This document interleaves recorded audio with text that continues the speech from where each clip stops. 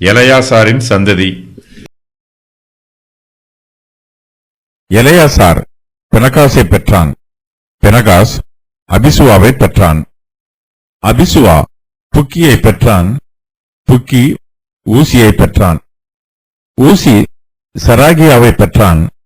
செராகியா மெராயோதை பெற்றான். மெராயோத் அமரியாவை பெற்றான்.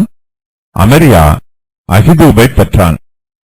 அகிதூப் சாதோக்கை பெற்றான். சாதோக் அகிமாஸை பெற்றான். அகிமாஸ் அசரியாவை பெற்றான். அசரியா யோகனானை பெற்றான். யோகனான் அசரியாவை பெற்றான். சாலமோன் எருசலேமில் கட்டின ஆலயத்தில் ஆசாரிய பணிவிடை செய்தவன் இவன்தான். அசரியா அமரியாவை பெற்றான். அமரியா அகிதூபை பெற்றான்.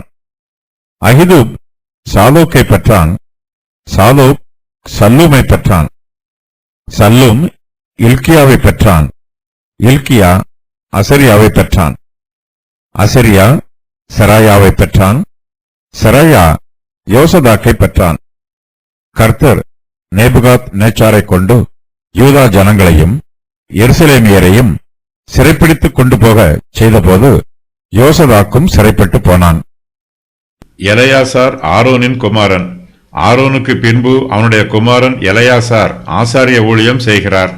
எலெயாசாரின் காலத்தில் இருந்து இஸ்ரவேல் புத்திரர் அந்நிய தேசத்து சிறையிருப்புக்கு போகும் வரையிலும் ஆசாரியருடைய வம்சாவளி அட்டவணை இந்த வசன பகுதியில் சொல்லப்பட்டிருக்கிறது. நாளாகமம் புஸ்தகத்தின் ஆசிரியர் ஆரோனில் இருந்து பாபிலோனிய சிறையிருப்பு வரையிலும் உள்ள 22 ஆசாரிய வம்சங்களை 1 நாளாகமம் 6:4 முதல் 15 வரை உள்ள வசனங்களில் விரிவாக குறிப்பிடுகிறார்.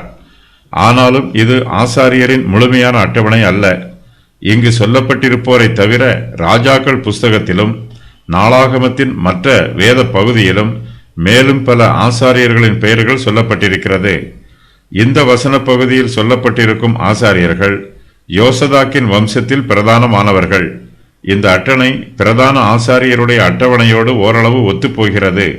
எஸ்ரா 7:1 முதல் 5 வரை உள்ள வசனங்களிலும் இந்த ஆசாரியரின் பெயர் அட்டவணையின் ஒரு பகுதி காணப்படுகிறது. பிரதான ஆசாரியர்களில் மோசே முதன்மையானவர்.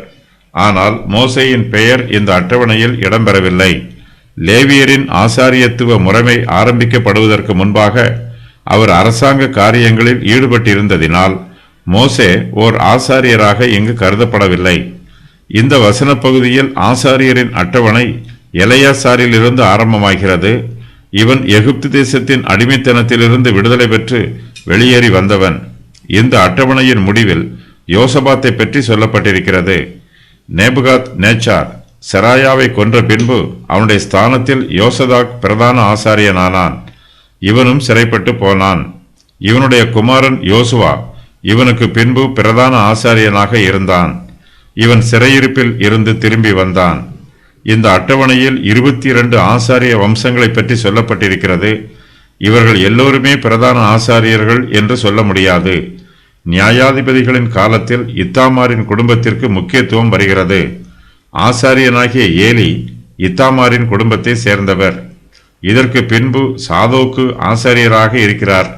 இவர் எலெயாசாரின் குடும்பத்தை சேர்ந்தவர். ஆசாரியரின் அட்டவணையில் அசரியாவை பற்றி விசேஷமாக சொல்லப்பட்டிருக்கிறது. யோகனான் அசரியாவை பெற்றான். சாலமோன் எருசலேமில் கட்டின ஆலயத்திலே ஆசாரிய பணிவிடையை செய்தவன் இவன்தான். உசியா ராஜா ஆசாரிய ஊழியத்திலே தலையிட்டான். இதன் நிமித்தமாக ஆசாரியனாகிய அசரியா உசியா ராஜாவை கடிந்து கொண்டான். ஆசாரியனாகிய அசரியாவும் அவனோட கூட கர்த்தரின் ஆசாரியரான பராக்கிரமசாலிகளாகிய 80 பேரும் அவன் பிறகே உட்பிரவேசித்து ராஜாவாகிய உசியாவோடு எதிர்த்து நின்று, உசியாவே, கர்த்தருக்கு தூபம் காட்டுகிறது உமக்கு அடுத்ததல்ல. தூபம் காட்டுகிறது பரிசுத்தமாக்கப்பட்ட ஆரோனின் குமாரராகிய ஆசாரியருக்கே அடுக்கும். பரிசுத்த ஸ்தலத்தை விட்டு வெளியே போம். மீறுதல் செய்தீர். இது தேவனாகிய கர்த்தராலே உமக்கு மேன்மையாக லபியாது என்றார்கள். ஆசாரியர்கள் கர்த்தருக்கு பக்தி வைராக்கியமாக ஊழியம் செய்தார்கள். ஊசியின் நாட்களில் பிரதான ஆசாரியரின் வரிசை எலெயாசாரின் வம்சத்திலிருந்து இத்தாமாரின் வம்சத்திற்கு மாறுகிறது. இந்த மாற்றத்திற்கான காரணம் தெரியவில்லை. ஆனாலும் பல சந்ததியாக இந்த மாற்றம் தொடர்கிறது. யோசியாவின் ஆட்சி காலத்தில் இல்கியா என்பவன் பிரதான ஆசாரியனாய் ஊழியம் செய்கிறான். சமாயா என்பவன் கலகம் பண்ணியதினால் நேபுகாத் நேச்சார் இவனை ரிப்லாவிலே கொன்று போட்டான்.